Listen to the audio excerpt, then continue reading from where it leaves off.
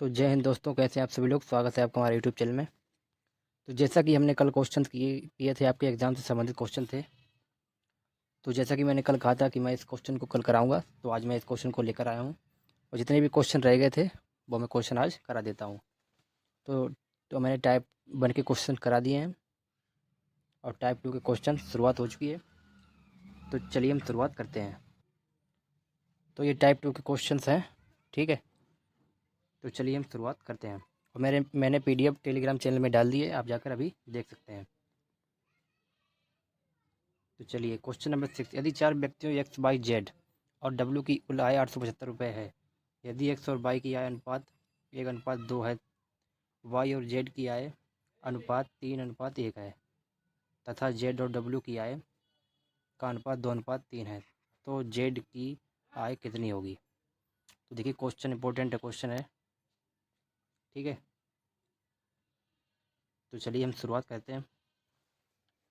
तो देखिए क्वेश्चन जो है, तो क्वेश्चन में सिंपल तरीके से हम इसका रेशियो निकाल लेते हैं। तो रेशियो मैंने टाइप 1 के क्वेश्चन में आपको बताया था। बिल्कुल सिंपल तरीके से आप रेशियो निकाल लीजिए। इस तरह एक्स वाई जेड और डब्लू, ठीक है। तो देखिए इनका योग 875 है। एक्स वाई की अनुपात 1:2 है, तो 1:2 लिख लीजिए, ठीक है। वाई और जेड का है 3:1, तो 3:1 लिख लिया हमने। जेड और डब्ल्यू की आय है 2:3, तो 2:3 लिख लीजिए। अब सिंपल तरीके से आप जैसा कि हम करते हैं, इधर 2 लिख लीजिए, ठीक है। इधर 1, इधर 3, इधर 2 और इधर भी 2। अब क्या करिए, मैंने आपको कल बताया था कि एक लाइन के डेटा को, यानी एक लाइन के डेटा को पकड़िए, जो कॉमन चीज़ें हैं उसे काट दीजिए, यानी 2 कट जाएगा, इसका भी 2, इसका भी 2 और इसे भी 2 को काट दीजिए, ठीक है। तो क्या करिए, अब मल्टीप्लाई कर सकते हैं, तो 3 हो जाएगा हमारा, ये 3 और ये 3 दूनी 6, ये 2 एकम 2 और ये 3 एकम 3, तो आया है 3:6:2:3 आ गया हमारा, ठीक है। तो इनका इसका है, तो ये हमारा योग है, ठीक है। ये जो इसमें लिखा गया है कि एक्स वाई जेड और डब्ल्यू की कुल आय 875 है, ठीक है। तो क्या करेंगे अब, तो अब इसके देखिए ये 875 है, ठीक है। ये 875 है। अब आप क्या करिए, तो इसमें पूछा गया है जेड की आय कितनी होगी। तो देखिए जेड का मान कितना है, तो जेड का मान है 2, ठीक है। जेड का मान हमारा 2 है। और क्या है, ये देखिए योग ही बता रहा है, ठीक है। इन सभी का 875 योग है, ठीक है, कुल आय। तो क्या करिए, इन्हें आप जो मैंने रेशियो निकाला इसे आप जोड़िए। तो 6 3 9, 9 2 11, 11 और 3 14। शायद मैंने ये क्वेश्चन आपको कल कराया था, इसे मैंने रिपीट कर दिया है। तो देखिए अब इसे आप काटिए, तो 7 दूनी के 14, ठीक है।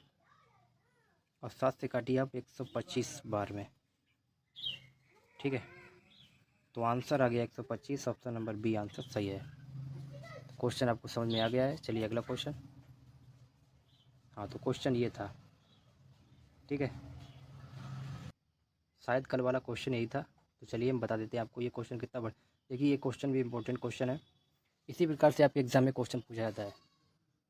तो यदि पी और क्यू की वस्तुओं की कीमतों का अनुपात 5:9 है और आर एस तथा कीमतों का अनुपात 24:13 है, यदि आर की कीमत क्यू की कीमत से 1500 अधिक है और एस की कीमत 1300 है, तो पी की कीमत कितनी होगी। तो आप क्या करेंगे आप, तो देखिए पी और क्यू और आर और एस इनका कोई संबंध नहीं है। जैसा कि आपने बहुत सारे सवालों में देखा होगा, पी क्यू आर एस का संबंध होता है, ठीक है। तो इसमें इसका किसी का संबंध नहीं दिया गया है। पी और क्यू अलग हैं और आर एस अलग हैं। तो क्या करेंगे, पी और क्यू को अलग लिख लीजिए और आर और एस को अलग लिख लीजिए। तो क्या कहा गया है, पी और क्यू का अनुपात है 5:9 अनुपात, ठीक है। तो क्या करिए, इसे 5x मान लीजिए और इसे आप मान लीजिए 9x, ठीक है। इसे आप 9x मान लीजिए, और इसे आप मान लीजिए 24x, यानी 24 मान लीजिए, 24 और इसे आप 13 मान लीजिए। ठीक है, 13 मान लिया आपने। अब आप क्या करिए, इसमें कहा गया है कि यदि आर की कीमत क्यू की कीमत से 1500 अधिक है, यानी आर और क्यू, यानी इनकी, ठीक है, ये दो लोग हैं आर और क्यू, तो इनकी क्या है, इनकी 1500 कीमत अलग है, यानी आर की कीमत क्यू की कीमत से 1500 अधिक है, तो 1500 लिख लीजिए। देखिए, क्वेश्चन आपको समझना होगा कि कैसे सॉल्व किया जाता है। मैं आपको बताऊंगा कैसे क्वेश्चन सॉल्व होता है। देखिए, 13 की यानी कि 13 जो है, ठीक है, यस की कीमत 1300 है, तो यस की कीमत हम 1300 लिख लेंगे। ठीक है, तो 1300 हमने कीमत लिख ली है,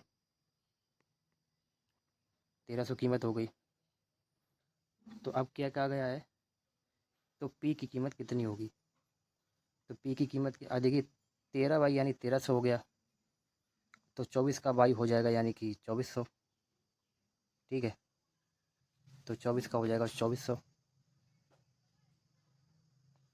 तो 2400 हो गया।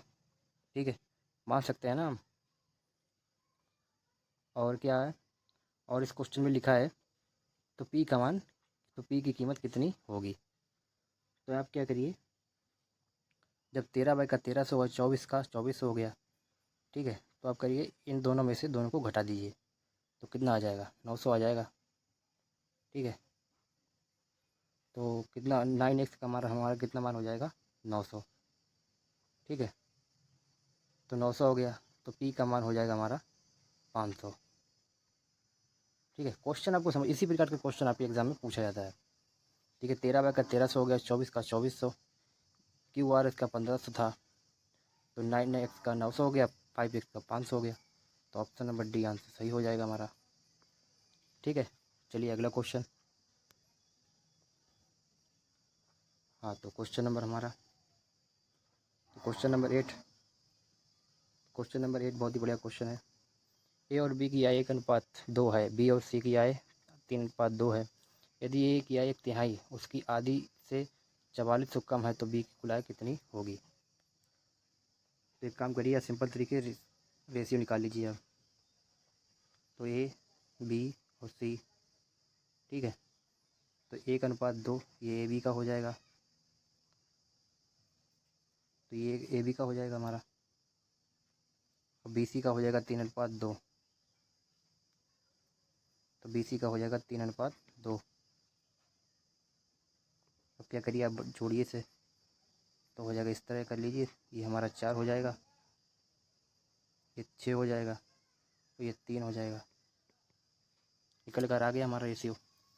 तो यदि ए की आय 1/3 है, यानी 1/3 है, उसकी आधी आय से 44 से कम है, तो आप क्या करिए, 3x लिखिए, तो लिखिए 3x, यानी कि 1/3 पूछा गया है, तो हो जाएगा हमारा 1/3। ठीक है, और क्या कहा गया है, उसकी आधी आय से, तो हो जाएगा 3x